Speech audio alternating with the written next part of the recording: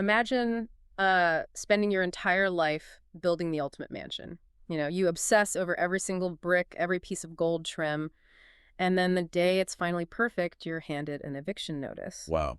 Yeah, you just have to leave immediately. Right, and you can't take a single thing with you. You walk out with absolutely nothing. I mean, it's a devastating thought experiment, but Yeah. it really reflects a brutal reality about how we spend our time.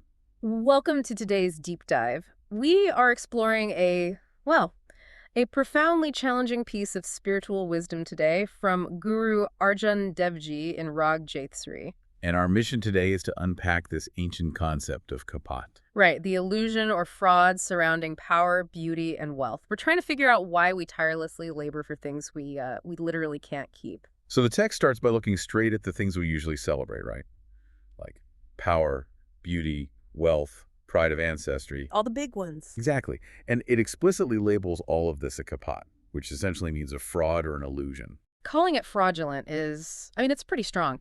Is it kind of like building an entire life around a highly curated social media persona? Oh, absolutely. You know, like the filters, the rented cars, something that looks incredible to the outside world but can just vanish in a second because it isn't actually real? That is a perfect modern equivalent.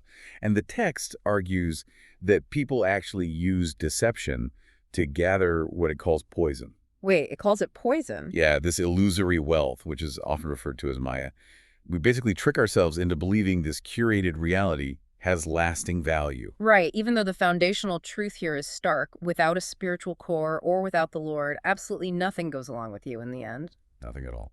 But okay, if earthly wealth is essentially poison, why are we humans so universally drawn to it? Like, why are we so easily tricked? Well, to explain that, the text uses this really vivid metaphor. It talks about the tuma. The tuma, what is that? It's a bitter melon. Yeah. We're deceived by it because, on the outside, it looks absolutely beautiful to the eye. Ah, I see. So it has great curb appeal. It really does. But internally, it is incredibly bitter and, well, practically worthless. Wow. The text literally says it's not worth even a shell. We get so mesmerized by the shiny exterior of worldly success, but when we actually try to consume it, it doesn't nourish us at all. It just leaves us completely hollow. I do have to push back a little bit here, though. I mean, does the text mean all earthly joy is a bitter melon? What do you mean? Like, is enjoying a nice meal or a comfortable home inherently bad, or is it specifically targeting the deceptive pursuit of these riches?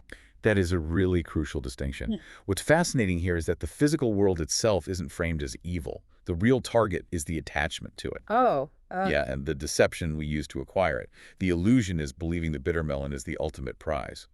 When you make that worldly wealth your sole focus, your God, that is when it becomes poison. Got it. So the house itself isn't the poison, it's the belief that the house will somehow save you, which makes the ultimate futility of it even more tragic. If the pursuit of this bitter melon is just a huge distraction, what happens when time inevitably runs out? Well, Guru Arjan Devji boils this whole dilemma down to one brutal question in the Pare section.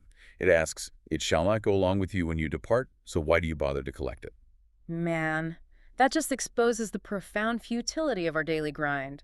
We stress, we cheat, we exhaust ourselves to acquire things that, by universal law, we have to leave behind. Right. It's like frantically stuffing your pockets with rocks right before you have to swim across an ocean. It's not just useless, it's actively weighing you down. And the text gives a severe warning about that exact weight. It suggests that forsaking a spiritual connection to attach yourself to these earthly illusions leaves you immersed in hell. Hell. That's intense. It is, but in this context, that hell isn't necessarily fire and brimstone. It's the immediate psychological and spiritual suffering of being trapped in this cycle of fear and unending want. So if the things we usually chase are just bitter melons causing this unending want, how do we actually find peace? Like, what is the solution here? The solution offered is actually quite clear. The text states, "Forgetting the Lord, how can you be satisfied? Your mind cannot be pleased." Ah, so true satisfaction doesn't come from external accumulation. Not at all. It only comes from divine remembrance. The closing thought asks for kindness and compassion from the Lord to dispel this fear. Dispel the fear, right, because connection to the divine removes the anxiety of losing our earthly hoard. Exactly, because you realize you never really owned any of it anyway. It completely changes how you view your daily labor. That is such a powerful shift in perspective. So think back to that mansion we talked about at the start of our deep dive today. If you were handed that eviction notice today, and you had to pack a bag that only contained what your soul could carry after death, what exactly would be inside it?